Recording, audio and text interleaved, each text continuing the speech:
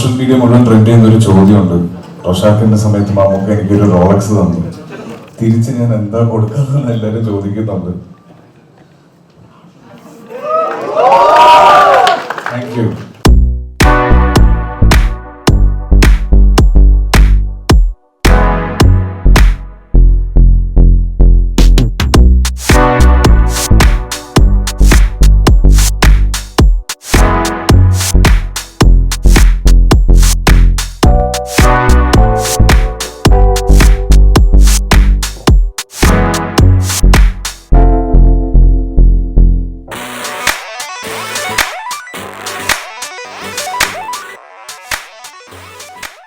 ഈ സിനിമയിൽ ഞാൻ ഒരു വാക്കേ സംസാരിച്ചു, രണ്ട്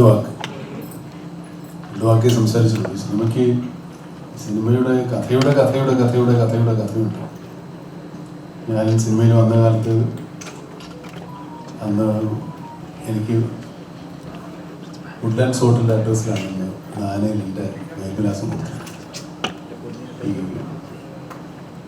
ആരാധകരുടെ കത്തുകളുള്ള ഒരു ഫാൻ മെയിലുകൾ തുടങ്ങിയ കാലമാണ് അതിനകത്ത് പരിചയമായി വരുന്നത്. ഒരു ഔട്ട്ഡോർ ഷൂട്ടിങ് കഴിഞ്ഞ് ഞാൻ ഹോട്ടലിൽ ചെല്ലുമ്പോൾ ചാക്ക് കത്തുകളുണ്ടാവുന്നത്. ശ്രീനിവാസൻ എൻ്റെ മദ്രാസിലെ നിത്യ സന്ദർശകനാണ്. ഒഴിവ് സമയങ്ങളിൽ ശ്രീനിവാസനാണ് കൂടുതലും കത്തുകൾ ഓടിച്ച് വായിക്കുക. അപ്പോൾ ശ്രീനിവാസൻ്റെ കത്തുകളിൽ നിന്ന് തിരഞ്ഞെടുക്കുകയാണ് പ്രിയപ്പെട്ട മമ്മൂട്ടി ചോട്ടൻ എന്നുള്ളത്. ആ മമ്മൂട്ടി ചേട്ടൻ്റെ കഥയാണ് ശ്രീനിവാസൻ പിന്നീട് മുത്താരംകുന്ന് പുതിയയിൽ ഈസിയുടെ കഥാപാത്രത്തിൻ്റെ അങ്ങനെയാണ് അടുത്ത വരുന്നത്. അതാണ് മമ്മൂട്ടി ചേട്ടൻ. ഇത് വേറെ ഈ സിനിമയിലെ കഥ.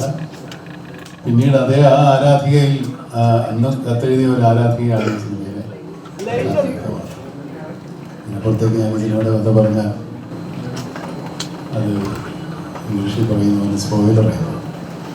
ഈ സിനിമയോട് സഹകരിക്കാൻ എനിക്ക് കാരണം ഇതിൻ്റെ കഥാതന്ത്ര തന്നെയാണ്. പക്ഷേ ഇതൊരു വലിയ വിജയമാക്കി തന്ന എല്ലാ പ്രേക്ഷകരോടും എൻ്റെ ഭാഗത്തുനിന്ന് ഒരു നന്ദി അറിയിക്കേണ്ട ഒരു ചുമതല എനിക്കുണ്ട്. അത് അറിയിച്ചുകൊള്ളു. കൂടുതലൊന്നും പറയുന്നില്ല.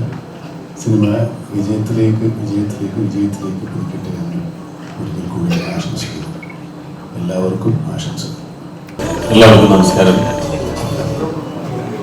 ഞാൻ ആദ്യമായിട്ട് സിനിമയിൽ മുഖം കാണിക്കുന്നത് 1985 ആ നേരം അത്ഭുതം എന്ന് പറയുന്ന സിനിമയിൽ കട കൊടുത്തത്. അപ്പോൾ ആ സിനിമയിൽ അസോസിയേറ്റ് കമലാണ്. കമലിൻ്റെ അടുത്ത് പറഞ്ഞത് ആ സിനിമ കഴിഞ്ഞിട്ട് പിന്നീട് കമൽ വർക്ക് ചെയ്യാൻ പോകുന്നത് കാതോട് കാതോരം എന്ന് പറയുന്ന സിനിമയിലാണ്. അപ്പോൾ എന്നോട് പറഞ്ഞത് ഭരതേട്ടൻ ഡയറക്റ്റ് ചെയ്യുന്ന സിനിമയാണ്, ഞാൻ അവിടെ ചെന്നിട്ട് നോക്കട്ടെ, എന്തെങ്കിലും ഒരു റോൾ ഉണ്ടെങ്കിൽ ഞാൻ ശ്രദ്ധിക്കാൻ അതിനകത്ത് വിളിപ്പിക്കാമെന്നൊക്കെ പറഞ്ഞു. പക്ഷേ അതിനകത്ത് എനിക്ക് അങ്ങനെ റോളൊന്നും ഉണ്ടായില്ല. എനിക്ക് ആ സിനിമയിൽ അഭിനയിക്കാൻ പറ്റിയില്ല.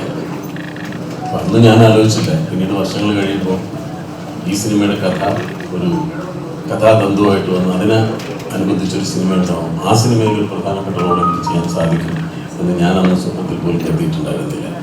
ഇതൊക്കെ കാലം നമ്മളറിയാതെ ഇന്ന് നമുക്ക് വേണ്ടി കാത്തുവെക്കുന്ന ചില കാര്യങ്ങളാണ്.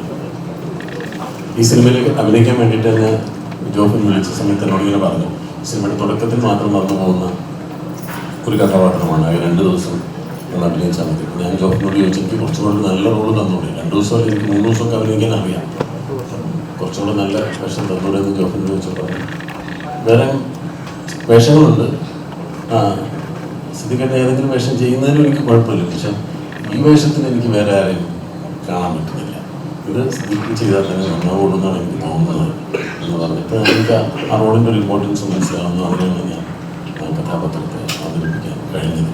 ഏതായാലും ഈ ചെറിയ സിനിമയുടെ ഒരു വലിയ വിജയത്തിന് എനിക്കും കൂടി പങ്കാളിയാവാൻ സാധിച്ചതിൽ ഒരുപാട് സന്തോഷം. ഞാൻ അഭിനയിക്കുന്ന സിനിമകളെല്ലാം എൻ്റെ സിനിമകളാണെന്ന് ആണ് എൻ്റെ ഒരു വിശ്വാസം. അങ്ങനെ എൻ്റെ സിനിമ ഒരു വലിയ വിജയത്തിലേക്ക് കുതിക്കുന്നതിൽ ഞാൻ ഒരുപാട് സന്തോഷിക്കുന്നു. നിങ്ങളോട് എല്ലാവരോടൊപ്പം ആ സന്തോഷം പങ്കിടാൻ സാധിച്ചതിലും ഒരുപാട് സന്തോഷം. ഈ സിനിമ വലിയ വിജയത്തിലേക്ക് കുതിക്കട്ടെ എന്ന് ആശംസിക്കുന്നു. എല്ലാവർക്കും നന്ദി, നമസ്കാരം. Ultra modern kitchen devices. ഒരു കിച്ചണിൽ വേണ്ട എല്ലാ ലേറ്റസ്റ്റ് ബ്രാൻഡുകളും ഇവിടെയുണ്ട്.